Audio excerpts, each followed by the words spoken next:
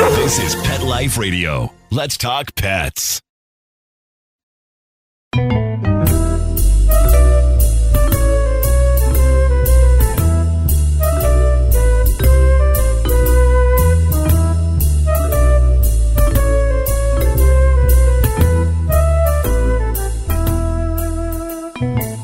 Hello, feline friends. Welcome to Cattitude. I'm your show host, Michelle Fern.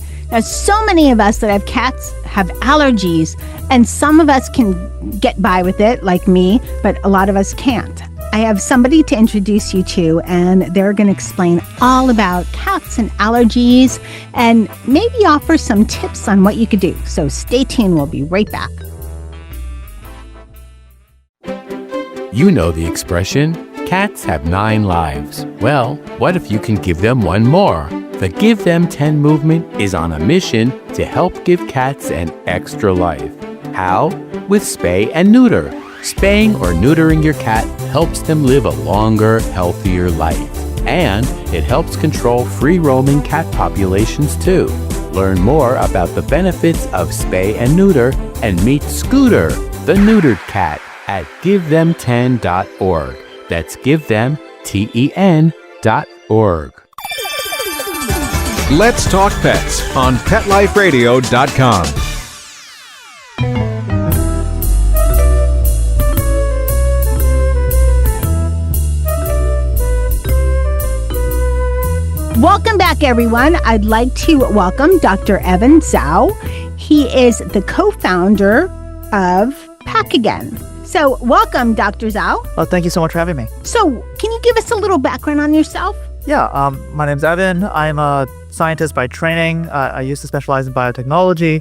And for the last 4 years or so, I've been starting companies to create products that could help people. So that could really help impact people's lives. Around a year and a half ago, we started Pacagen, which focuses on, right now, a product that helps with reducing the amount of active cat allergens in an area. Okay, so let's talk about cat allergies. I'm allergic to cats, but it's more their fur. And the reason I did actually do that allergy test, I guess it's the old school one where you have dots that show up on your arms. It was a long time ago. Are there any other allergy tests? Yeah, there's they can do blood work. There's different things that they can do to try to figure out what you're allergic to. But all of them, the premise is, does your immune system react to this specific allergen? So they'll take a specific allergen from that organism, so whether it's a plant or it's an animal, and they'll expose you to that allergen, and then they'll see if you react to it. Why is it that, because a lot of people are allergic to cats. A friend of mine, her allergy is so extreme, she's never seen my house, and she just can't. So why does it seem among us that cat allergies are so much more traumatic than other allergies? And mine's not too bad. I just get like a wheezy, and not itchy, but just wheezy, because mine stems, I think, from mild asthma. And I think I have 3 of them. So that's a lot, but it's dealable, as I say. But some people can't even go in a home where a cat, even the cat's outdoors, and they still can't even come into the home. Why are cat allergies so extreme? Yeah, so allergies in general, they are your body's way of protecting itself from potential toxins. And naturally, it's used to try to rid yourself of, for example, viruses or bacteria that are trying to enter your body. If you think about allergy symptoms, right? So like the, teary eyes, stuffy nose, coughing, wheezing, right? It's trying to get whatever is in your body out of your body, right? It's trying to block the passages, it's trying to get it out.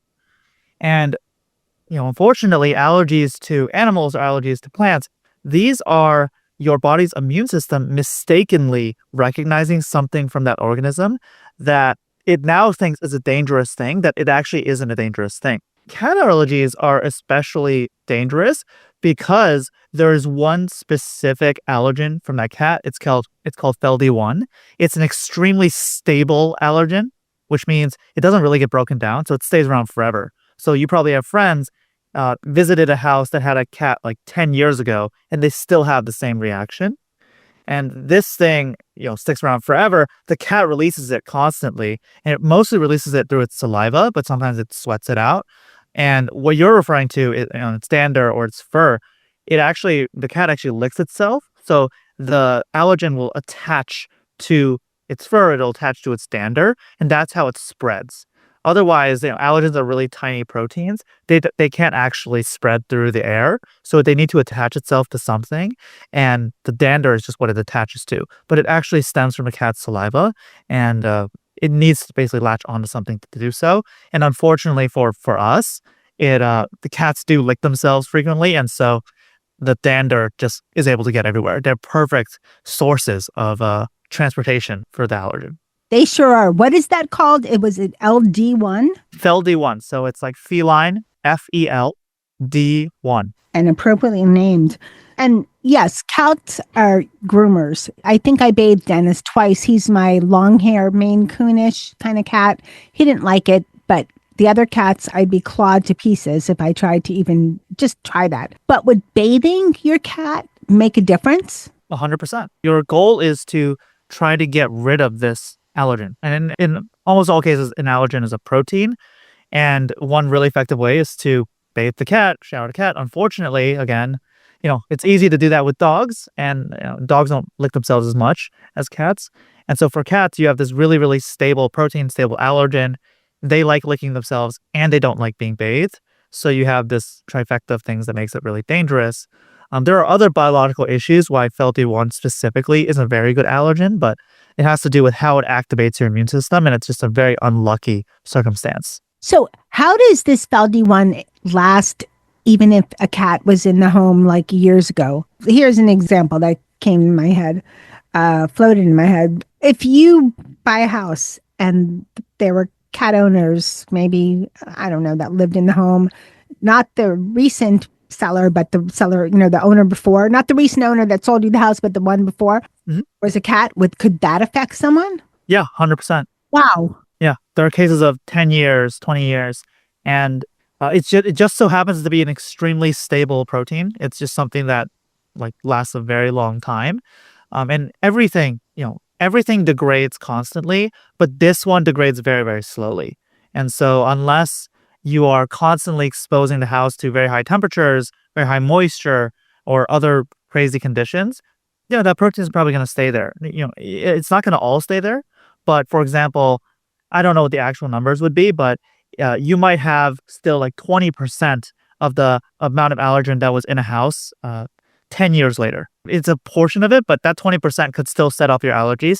That 20% could still give you a really hard time. Wow. And why are some of us so sensitive to certain things, to FeLD1 or, even other things that affect our allergies? And some of us are just not bothered too much. So for example, I can stand being with my cats, but I get that wheezy, feeling, which is related to allergies. My friend can't even bother to come in. She would be itchy, blowing up, whatever. Is it just that people's bodies react differently?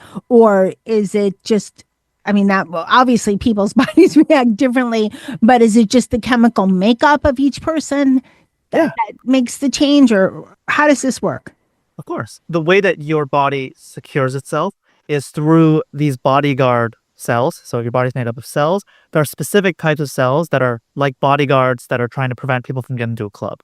And so these are called mast cells, but you can think of them as these muscly bodyguards. They have little scanners. And the scanners basically scan everything that's trying to get through, and they only let certain things through. Other things, they'll overreact and they'll have this, you can imagine instead of just punching the thing to try to make sure it's out of the club, it will randomly combust and set off a set of allergic reactions to make sure this thing definitely doesn't get in. That's your body's natural immune system. The scanners themselves were obtained in a previous instance. So in order to have this allergic reaction, you had to have been exposed to this allergen at some point previously. And so every person is exposed to different allergens as a child, different things. And so every person has different sets of little scanners that the bodyguards are holding. And so if you were exposed to a bunch of cats earlier and your bodyguards picked up those scanners in which it said, oh, if I see a cat allergen, I'm going to overreact and I'm going to explode and cause an allergic reaction, then you're going to have more of a serious allergic reaction. In fact, the way that you actually test for allergies is you test for those scanners. So if you know that someone has more scanners for the cat allergen, more likely than not, they're going to have very serious cat allergies. So the scanners are called IgEs. They're a certain type of immune protein. And if you have more of those, then you are probably more allergic to that thing. That's actually what all the allergy tests test for. And those are the final readouts that you actually get. And so, that's how your body's immune system works. That all has to do with the history of your body, how your immune system adapted, how it learned what was bad and what was not bad. And unfortunately, everybody has different ways of doing that. And it's a very complicated process. And somehow, if you're allergic to cats, your body has now filled with these scanners that say if you see a cat allergen overreact, it's a danger. So I wasn't exposed to cats younger. We didn't have cats. My first cat was Dennis, which was 13 years ago, but we did have dogs. So if you're exposed to not that allergen, but something close, does that make a difference? Actually, there is it's generally believed that if you are exposed to an allergen as a child, potentially you might have less allergies to that thing later. Because the way that it works is as you mature, so as you grow, your immune system is also growing up. And so the times in your life when you might randomly start assigning these scanners and believe that something's dangerous for you, it depends on when you're exposed to that thing. If you grow up around cats, actually pretty high likelihood, your body is going to say, hey, this thing is around all the time. It's probably not that bad for you. And therefore, let's not have as many scanners for this thing around.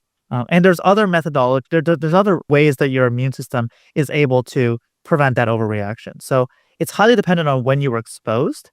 And that's probably more likely is you were exposed at a later time point in your life to a cat. And at that time point in your life, your body was potentially overreacting to things. And so when it saw that cat, it was like, okay, this is the first time we've seen this thing. It's probably bad for you. Let's get some scanners in there. Let's make sure this never gets into us ever again. Wow. This is fascinating information about allergies, way more than I ever expected to know about. So we're going to take a quick break and we're going to come back and talk about what led to the creation of Pacagen and what's it about. So we'll be right back. Take a bite out of your competition. Advertise your business with an ad in Pet Life Radio podcasts and radio shows. There is no other pet-related media that is as large and reaches more pet parents and pet lovers than Pet Life Radio.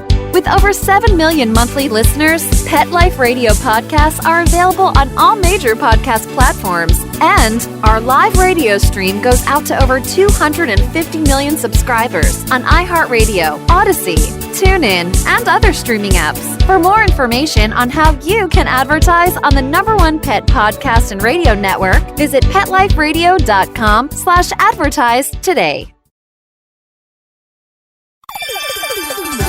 Let's Talk Pets on PetLifeRadio.com.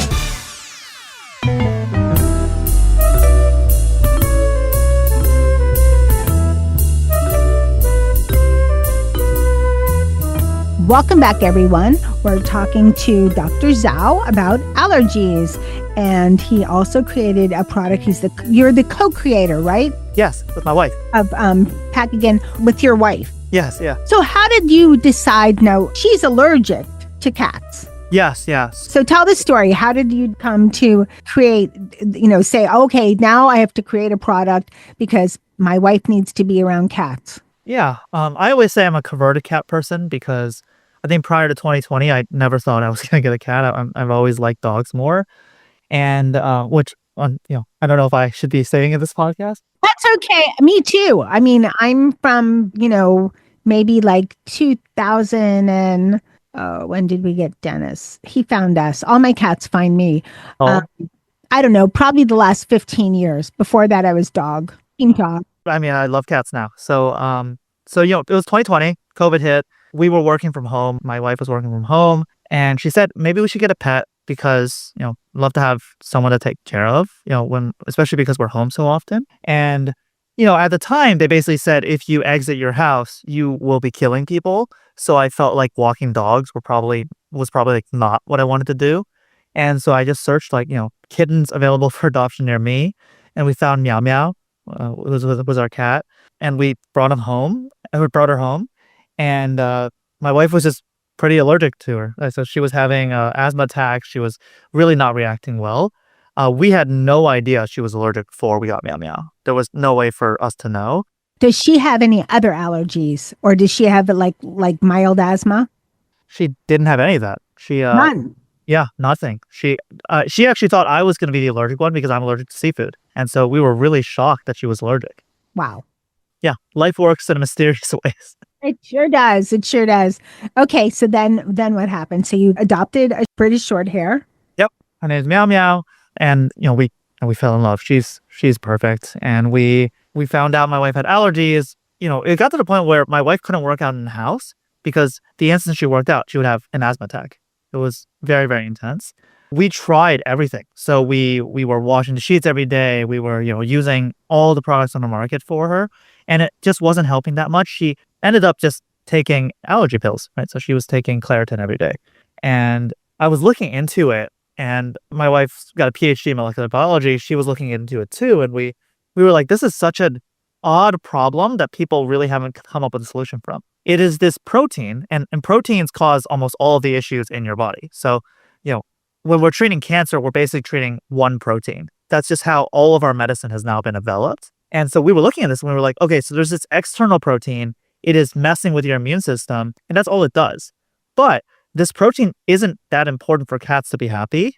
Like, you don't actually need it to be active in the cat's body. And also, it doesn't do anything to you. Like, it actually has no reaction to your body. So we saw this and we were like, well, we know a lot of different ways to neutralize proteins, to really try to make sure that they are not active in your body.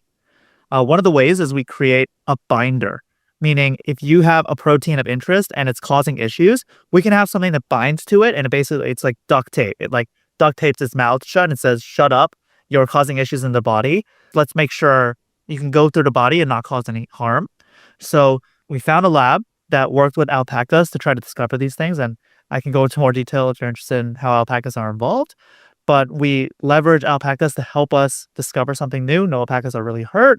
And we then manufacture it, create a product out of it, and create a spray so that you can spray the area in which you have a bunch of cat allergens. The spray duct tapes all the mouths and all of these allergens, and it makes it so that your body doesn't recognize it, so you don't have the reaction. And so that was the creation of it. We found some friends and we were able to get a little bit of funding. It cost a bunch of money for us to do, and we got the product out, and now a bunch of people can live with cats more easily. I think that's incredible. So let's talk about how it works and for what extreme, because there's people that are going to say, you know what, I'm allergic to cats. I've been allergic forever. Nothing's going to change. So yeah, we have those naysayers. Then you have some that are going to say, you know what, I want to give this a shot because they've always wanted a cat, and they're more open-minded. So how do you go about convincing someone? Sometimes it's someone in your home or a friend, you got to try this, or I'm going to try this and it works and you're not going to have a problem. Yeah. So there are a couple of reasons why we created this specific product. The first is everything else on the market we saw. There are many ways to destroy proteins. And unfortunately, cat allergens are a very stable protein, like we were talking about. And so some of the other things that people were selling like bleach, to basically spray bleach in their house so that it kills the protein. What? Yeah. That's one solution for cat allergens is, I guess, you can just spray bleach. Here's the problem with all those things is it's not specific to the cat allergen. And so if you are spraying something that kills proteins, you are made out of proteins. Everything that makes us work as humans, those are proteins. And so that's not going to be safe for you, right? You can obviously imagine you probably shouldn't be spraying everything, including like your cat, with something that just degrades proteins. And so the thing that I love about our solution, and the reason we created it, is we use it every day, is it's very specific. The duct tape only duct tapes the cat allergen. It does not work with anything else. So people are always like, hey, will this work for dog allergens? It will not work because the dog has a different allergen. And that's actually what makes it great. It does not work for any other protein in the human body. It doesn't work for anything else in any living organism. So it's completely safe for somebody to use. So my wife and I just had a 3-month-old newborn, and we use it around newborn because we know that the way that we developed it, it only binds to that one thing. and it's very, very good at duct taping that one thing to make it not work anymore. Well, congratulations. You're a new parent. So Thank you. congratulations to you and your wife. It's been rough, but he's It's a cute. lot, yes. Okay, so now let's go to the cat. As we know, not true for mine, but most cats are finicky. So you have a cat topper and a spray. Mhm. The topper, cats are finicky. Are they going to like this? Are they going to still eat? And how does it work? So do you just sprinkle a little? I love the packaging, by the way. Do Thank you you. just sprinkle a little bit on their food and that's it? Once a day, twice a day? Yeah, think of it like a salt shaker. You know, once every day during the meal, just put a little bit on top. While they're eating it, it will neutralize the allergens in their mouths, and therefore and they'll spread it to other places of their body right after they eat, and you'll see very nice results for your allergies. And what about flavors? There's chicken flavor. What other kind of flavors do you have, or just this one for now? There's chicken for now. We are working very hard on a fish flavor. We're trying to be very safe, and it just turns out that the supply chain, so trying to get fish and then trying to get fish powder is much more difficult than chicken. Chicken's just much more commonplace, and so it's taken us a little longer for that. We should have that available in a couple of months, the fish flavor. And how does the spray work? The spray, it comes with a little powder packet. That powder packet has the secret ingredient. It has the whisker block, which is the special duct tape protein that will block the active part of the allergen. And so you pour that into the spray bottle. You add our stabilizing solution, which is something that helps our duct tape last longer. And then you just spray the areas in which you want allergens neutralized. So, for example, my wife has a lot of issues because Miaomiao is a very naughty cat. She loves being on our bed, but if you're allergic to cats, having all over fur and dander in the area where you sleep, not that great. So I actually use the spray mostly on our bed. So I'll first use a roller, roll up the fur, but then I'll spray it and spray the bed so that when my wife goes to sleep, she doesn't have this reaction. But for example, if you have guests visiting the house and they're going to sit on your couch, you can spray your couch. You can, unfortunately, you can't actually spray a cat. That would be a very great way of making things work. Another way you can do it is if you've seen people put on perfume or cologne, you can spray it into the air and you can breathe it in, and that will help line your lungs and different, the different airways, so that if it ever comes in contact with the allergen, it will neutralize that response. And so there's multiple different ways to use the spray. So you can ingest it. Have you thought about making, I don't know, a dosage for humans? Yeah, we're working on it. We want to be very careful with regulations, with testing, with all those things. We've done all the safety testing, know that it's safe for humans, but we want to do probably another clinical trial just to make extra certain. And then we need to make sure we work with the right regulatory bodies to make sure that it can be a good product. But we're working on it right now. This has been such a fascinating show. What about other allergens? So I know, Cattitude, you have cat. So for some people, cats, of course, have the feline. As you said, it's the feline FELD1. And so that's much stronger than, say, if someone's allergic to dogs. I don't know if people are allergic to other things like bunnies or iguanas. I know cats and dogs are most common. But do you think you'd come out with a dog version? Yeah, so dogs have two different major allergens. There's actually two of them. They're called canine F1 and canine F2. So can F1, can F2. Makes it easy. Okay. Yeah, they make it easy, I guess. They're two different proteins and two different allergens. They are in the dog's saliva, and so there's less people allergic to dogs, but obviously you don't want to be allergic to dogs. We are going to be releasing a spray for dog allergens as well. We did the entire research process over again because it's a completely different allergen, and we're really we're hoping that we can help people with dog allergies as well. And then we're also working on dust allergies. Oh, that's a good one. Yeah, it's much more gnarly than you can imagine. We're excited about it. Do you want to hear about the nastiness of dust allergens? I did that allergy test, the one where they put the dots on your arm, and I lit up. Dots everywhere. I didn't think I had any allergies, and I lit up. And I'm allergic to grass, dust, dog fur. I take an allergy pill, but I just deal with it, We're right with the cats. It's a lot worse because I also have mild asthma. So I find myself wheezing around them every so often. And again, it's because I'm on the couch and that's where they are. So there's more of that. Tell us about dust, because whether you have a dog or a cat or a fish or a bird, probably have dust in your house. Yeah, I apologize to everybody listening for ruining your lives. But, the truth about dust is you're actually not allergic to dust. You're allergic to dust mites. And you're actually not allergic to the dust mites. You're allergic to 2 allergens in their poop. So if you're having dust allergic reactions, it's because you're reacting to their poop. It is, and it just so happens that it's also a very dangerous reaction. Because remember what I said about other allergens? Other allergens are not actually harmful to you. They're not doing anything to you. You're just having an overreaction. One of the dust mite allergens, so the thing in one of the dust mites' poop, is called DER. So dust mites, their name starts with DER, so it's DERP1. That is something that cuts things. So it's called a protease. It cuts other proteins. And the reason it's causing a reaction is because it's cutting up all of the linings in your lungs, all of the linings to all of your airways, and it's allowing other allergens to get into your system. And so it's actually super dangerous. If you are exposed to dust as a baby, you have 5 times higher likelihood to get asthma. So it's an extremely terrible allergen to be around.